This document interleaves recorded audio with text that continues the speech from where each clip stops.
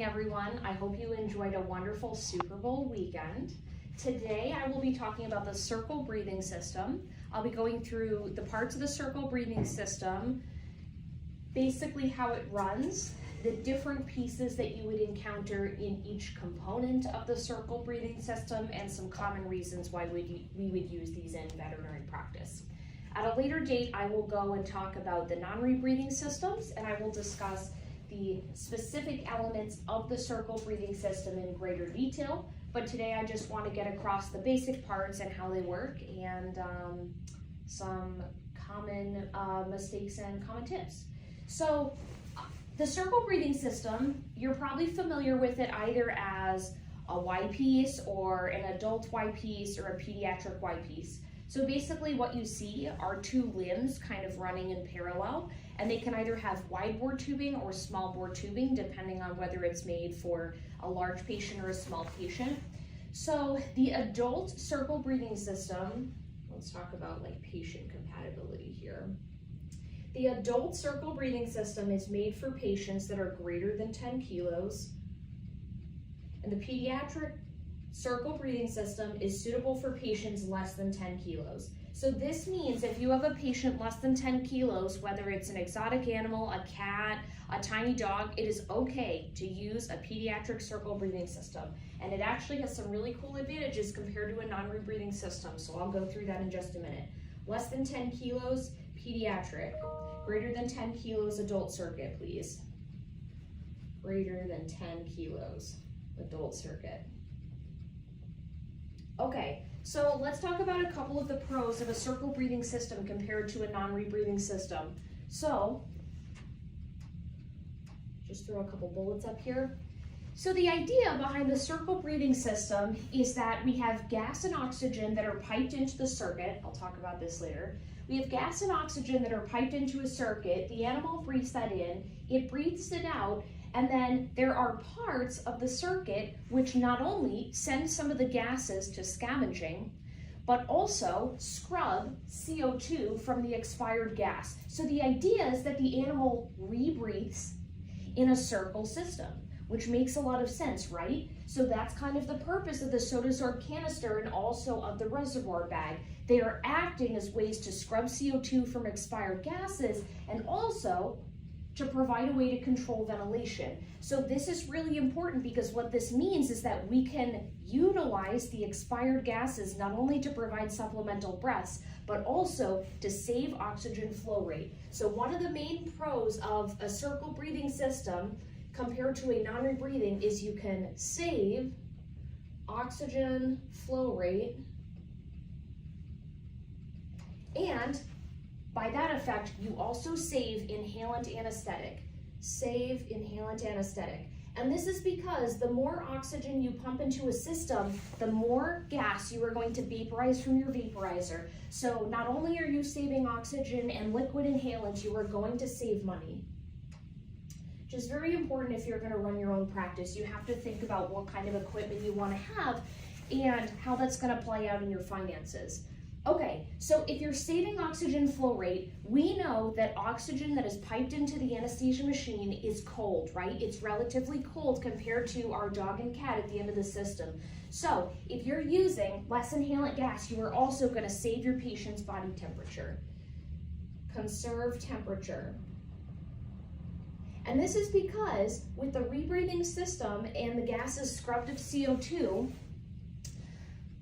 we can use lower flow rates of gas compared to a non-rebreather. So these are all some very good pros. Other pros would include they've got a relatively simple design. And when I say that, really what I mean is that you can lie the circle breathing system pretty flat. There aren't any components of the circle breathing system tubing that are going to become kinked, occluded, kind of flop over off the table where you can't see them.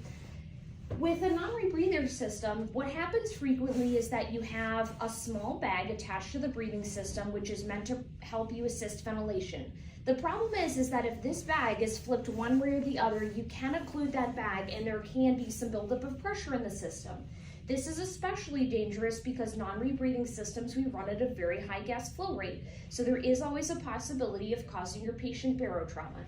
That is what I mean when I say simple design. It lies flat, there aren't extra parts on it and tubing. It is just two pieces going down to the dog or cat. Okay, so those are the main advantages of the circle breathing system. Those are reasons why I use them even in small patients, because it helps keep them warmer and it saves money, okay? Flow rate. So the main differences between rebreathing systems, and this is a rebreathing system, both your adult and your pediatric circle system. The main differences between the circle rebreathing system and the non-rebreather are the gas flow rates that you have to use to operate them. And this is what I mean by that. Let me throw a couple bullets up here.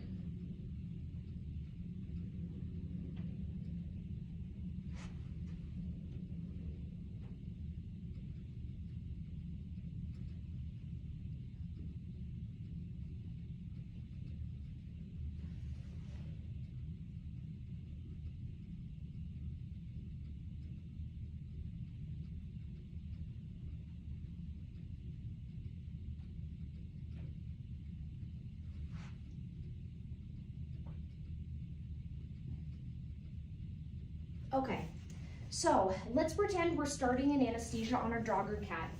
We know that if we haven't turned on our machine, the animal's lungs and the parts of the breathing circuit are going to be filled with room air, right? That makes sense. The room air has 21% oxygen, and it has some nitrogen, and it has some other gases, and it has no inhalant anesthetic, right? So what our job to do at the start of anesthesia is to wash in the circuit and the patient with anesthetic gas and oxygen. And as you can imagine, like when weather comes from another place, it takes time for that weather to kind of cover Kansas City, right? And it takes a similar amount of time for oxygen and ISO or SIVO to wash into both the circuit and the patient. And this is very important to consider because that is going to determine the change in depth of your patient's anesthesia. So at the start of anesthesia, that's going to be, oh, the patient gradually falls asleep. But that is also going to determine, let's say, if you need to make a rapid adjustment in your patient's plane of anesthesia, that is going to impact how you do that when they're anesthetized and fully asleep. So gas flow rate. So when you start an anesthesia, you need the gas and oxygen to get into the patient quickly. If you use a really low oxygen flow rate to do this, it takes a long time. This is something known as the time constant. So I'm going to throw an arrow up here and I'll talk about it because I know it's kind of, off center at this point. Time constant. It's an equation. It's really easy though.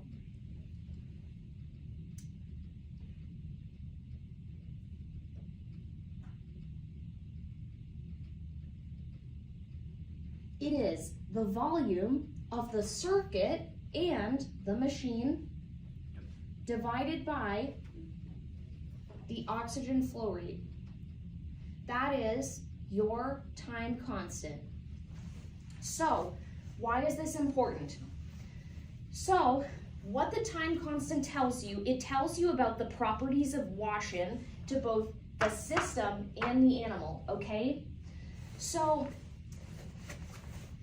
it takes 5 time constants to achieve a 95 to 98% change in your gas and your oxygen change in the patient. And after only 1 time constant, you have achieved about a 65 to 68% change in the inspired isoflurane. So here's what that means practically. The average anesthesia machine on a small animal has a 5-liter volume. So like when you figure out like the circle breathing system and like all of the piping in the machine, all of that stuff has about a 5-liter volume. So that is the top part of the time constant equation. And let's say you set your flow meter at 5 liters a minute. Let's say you set it right up to the top. 5-liter circuit divided by 5-liter flow rate. The time constant is 1. So what that means, 1 minute. What that means is that after 1 minute, let's say you set your isoflurane vaporizer at 5%, like you're going big today.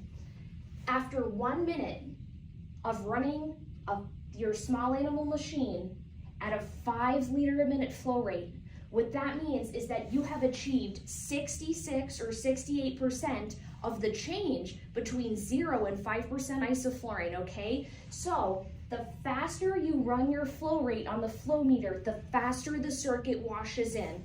And this is why if you have a patient move during anesthesia or get light, you cannot just turn the vaporizer dial, okay? If you need them to fall asleep faster, you need to turn up the gas flow rate, okay? It does not work the other way around. Like if your patient is getting progressively more anesthetized, if you just turn down your vaporizer dial, things tend to fall a lot more quickly than they rise. But if you have an animal that you need to adjust depth, like you need to change the flow rate, you should change that too. So that would be a time constant of 1 minute. But let's say you have your oxygen flow rate at 1 liter a minute. So now your time constant is 5 minutes, okay? So now, if the time constant is 5 minutes and you set your vaporizer at 5%, after 5 minutes, you have achieved a 66 to 68% change of 0 to 5% isoflurane. So the slower the flow, the longer the wash-in. And this is why when we start anesthesia, we always turn it up to around 2 liters a minute, okay? This is meant to wash in the patient and the system very quickly. So here's what I would recommend, knowing what we know about the time constant. When you start an anesthesia on a rebreathing system, on a circle system, I would recommend starting the flow rate at around 30 mils per kilo of oxygen per minute. For most dogs and cats, I would start it at 2 liters a minute. That is absolutely fine. And that means that the time constant is going to be 5 liters divided by 2 liters, so 2.5 minutes. So after 2.5 minutes, you'll achieve a 66% change of whatever you set in your vaporizer. That's assuming there's no leaks or anything like that. So that, and after about 3 time constants, you're going to get closer and closer and closer to what you set on your vaporizer, okay? So what I would do is start it high, 30 mils per kilo per minute, or around 2 liters a minute for most dogs and cats is absolutely fine. And after about 10 minutes, turn the oxygen flow rate down, okay? So after about 10 to 15 minutes, you've given time for those time constants to happen, and your circuit has washed in with gas. It has become progressively closer and closer and closer in concentration to whatever you set your vaporizer dial on, okay? So after 15 minutes, if your patient is getting the amount of gas that you want, there's absolutely no need to keep your flow meter at that 2 liters a minute anymore. Not only does it get your patient colder, but it wastes money, it wastes inhalant, and it wastes oxygen. So you don't have to do that. You can turn it down.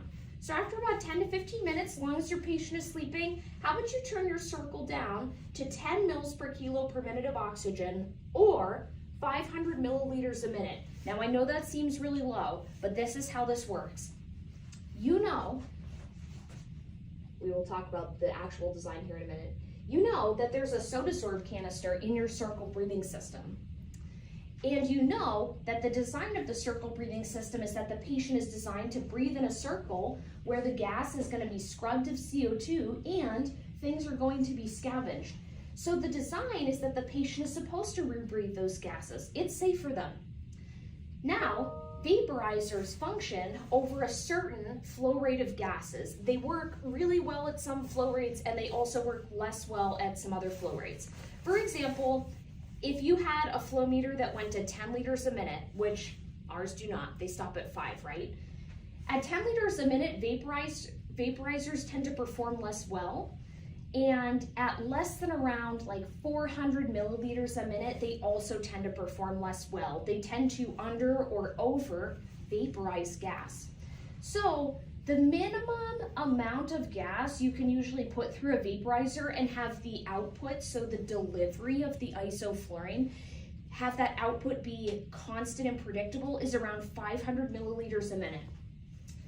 The metabolic oxygen requirement of dogs and cats is around 10 mils per kilo per minute. So here's what this means. You wash in the circuit at a high flow rate. You set it at 2 liters a minute for like 15 minutes. Your dog or cat is asleep after 15 minutes. I would turn it down to 10 mils per kilo per minute or 500, whichever meets the minimum oxygen requirement. So what that will help you do is save gas, save inhalant, keep your patient more warm, and it also just isn't necessary to run it that high forever. And your patient is not going to get hypoxemic and they're not going to get hypercapnic, because as long as your CO2 absorber is scrubbing CO2 and you are using an appropriate amount of inhalant for what your patient is doing, the low flow rate is not going to cause them to have high CO2. That is a very common mistake, and you can let go of that now. And they will not become hypoxemic. Your patient is breathing 100% oxygen. Turning down the oxygen flow rate from 30 to 10 is not going to make them get hypoxemic. It would have to be another reason. So you have that information, and there you go. So those are kind of the main pros, cons, and flow rates. So start high, then go low. You'll see me do this all the time in practice. I don't run circuits at 2 liters a minute for 4 hours. That is unnecessary. So let's talk about the specific components of the circle breathing system, just so we're familiar with where these things come in, because it's very easy to see the actual system on a patient, but sometimes some of the stuff behind the circuit in the machine, it is very confusing about like where those are placed and how they kind of factor in.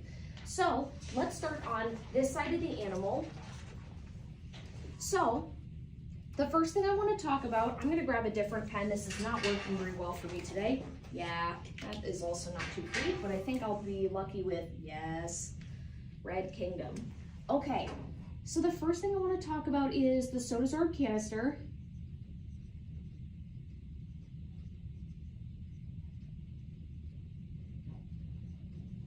So the SodaSorb canister is usually placed on the inspiratory limb of the breathing system.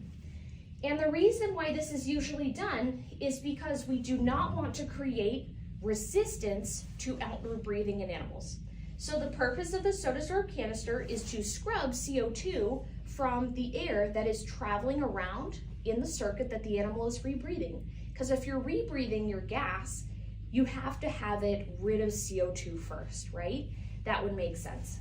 So the SodaSorb canister is usually on the inspiratory limb side of the breathing system.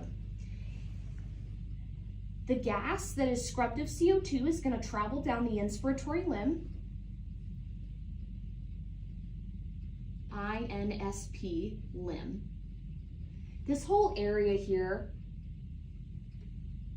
is all the inspiratory limb, okay? All of this.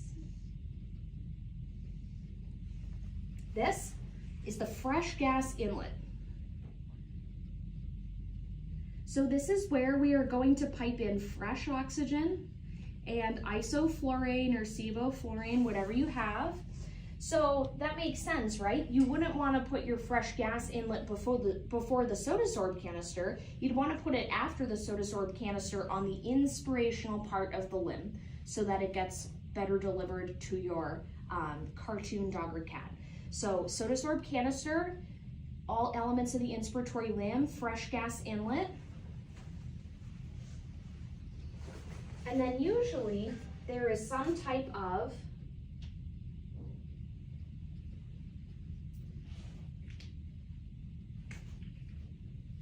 unidirectional valve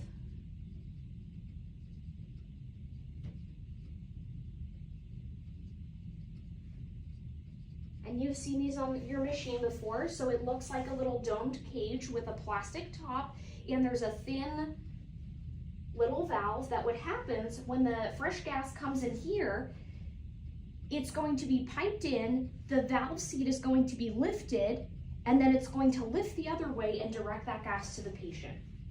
And the idea is that if it's unidirectional, it flips up when the gas comes this way, but it does not flip up when the patient breathes out, okay? And that is very purposefully designed.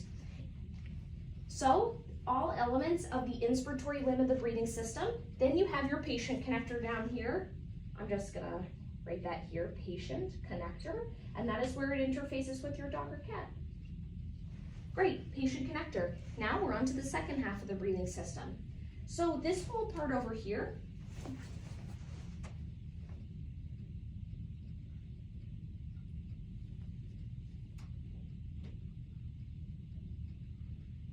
EXP limb, these are all elements of the expiratory limb of the circle breathing system.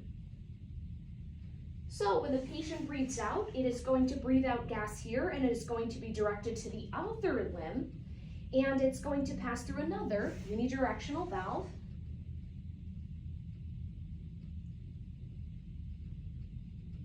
And you know what? It works exactly the same way as the other one, except it directs gas towards the other side of the system. So when the patient breathes out, the valve is going to flip up, and then it flips back the other way, so it directs gas this way. What you'll very commonly see with the unidirectional, this is inspiration, this is expiration. What you'll very commonly see with the expiratory unidirectional valve is that it becomes foggy, might get some moisture droplets in there, and that is just because warm, expired gases from the patient, they usually condense on this valve. And what happens is that it's a very thin membrane, this valve. So if there's moisture in there, sometimes what happens is that it gets a little sticky, it doesn't want to move as much. And sometimes during very long cases, it might be necessary to temporarily shut off your oxygen and isoflurane, take away the domed cage and just wipe it out. And that is very good practice after a long day of cases or during a particularly long anesthesia where this valve is starting to get sticky. So the gas passes up, it goes through the expirational unidirectional valve, and then it comes up here to a part most of us will recognize very well. This is the APL valve or the pop-off valve. APL valve. So it's, it's your APL valve, so the one you can screw down all the way by turning it clockwise. You can also find your cheater pop-off valve there too. So pop-off and APL are exactly the same thing, and you can have both of those elements right here. So this is the traditional one that I've drawn, and then the cheater pop-off is invisible today. And the pop-off valve serves a way for you to control ventilation in the patient. So this is how at the start of anesthesia, we perform a leak check on the patient and the endotracheal tube. This is how we do that by occluding flow to the other parts of the system.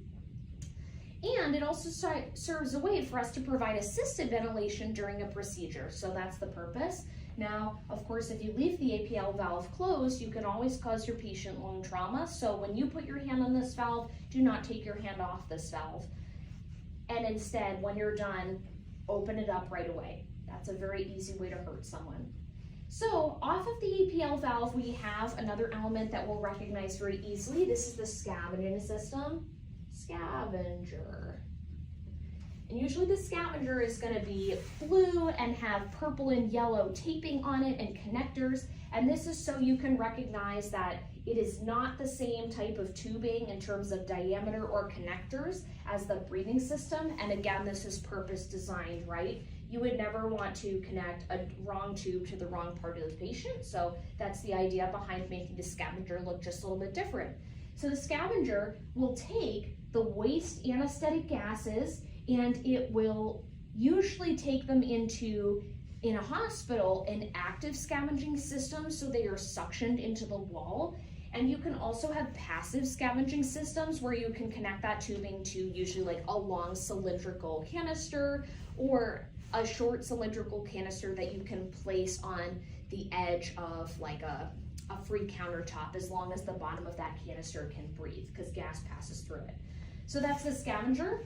And then after those elements, what you encounter is the reservoir bag. Reservoir bag. And the bag is really neat because the bag provides you a way to assist ventilation in your patient, and it also provides a way for the patient to take the biggest breath in and the biggest breath out possible without the bag kind of totally collapsing. So another rumor that I want to dispel about the reservoir bag is the filling of the reservoir bag. So we know in a circle rebreathing system, the patient breathes in a circle, and that gas is scavenged of waste anesthetic gases, and it is scrubbed for CO2 when it comes over to this side of the system. So your patient, as long as your SotaSorb is working properly and is correctly filled and changed out, your patient is not going to breathe in excessive CO2, and if it's traveling out to the scavenger through the APL valve, your patient is not going to have symptoms of having overpressuring. The idea is that the reservoir bag always has a good amount of gas in it, because this is what the patient needs to take a big breath in and a big breath out on their own, and for you to be able to provide them a breath if you so desire. Now, sometimes what happens is that this bag fills up with gas over the course of an anesthesia, and it looks very full. And a lot of people will periodically sigh patients by closing the APL valve or the cheater pop-off and giving a breath to empty the bag. Now, if you want to give a brush to your patient, that is fine, but I will tell you that there is no reason to empty the bag just because it looks full. You will not overpressurize your patient as long as your pop-off valve is open. And we know that the idea behind the system is that the patient has a reservoir to breathe out of. So actually, if you periodically deplete this bag, let's say you give your patient a breath because the bag looks full, but there's no pressure buildup in the system, if you just deplete this bag and then the very next breath, your patient decides to take a very big breath in, if the bag is empty, the bag is going to smack down like this. And if your patient breathes against an empty bag, it's going to act like this to the patient. And if they breathe against that, they can get negative pressure pulmonary edema, and that can be very harmful. So you can just let the bag be. If you want to give a breath, that's fine, but there is no reason to periodically empty it. So in summary, circle rebreathing system, common advantages: simple design that lies flat, just no parts other than the tubing, so it's very easy to use. You can use it on big dogs and small animals, and I would encourage you to do that for the sake that not only do you save money with that, but you also conserve temperature, and that is especially important in pediatric animals. Also, by using a circle rebreathing system, you are going to save oxygen and inhalant. Flow rate, start high, then go low. As long as you are providing metabolic oxygen, or you are at least 500 milliliters a minute for the vaporizer performance, you are going to be absolutely fine. Remember your time constants, so the faster you wash it in, the faster the change, and it is not enough to just change the vaporizer if your patient gets light. You need to change your flow rate too if you actually want that to get to the patient. And then in terms of design, we have the inspiratory limb. The fresh gas is piped into the patient, comes in and out the unidirectional inspirational valve, and it goes to the dog or cat. And then on the other side, it's going to go out the expirational unidirectional valve, up, down, and that's the one that can get some moisture trapping in there. Going to go up to the APL or the cheater pop-off valve, and some of that gas is going to be directed out to scavenging, where it's going to be scrubbed of waste anesthetic gases. And then the other things are going to travel to the reservoir bag, which provides a mean for your patient to take breaths on its own and for you to control ventilation. And that's it.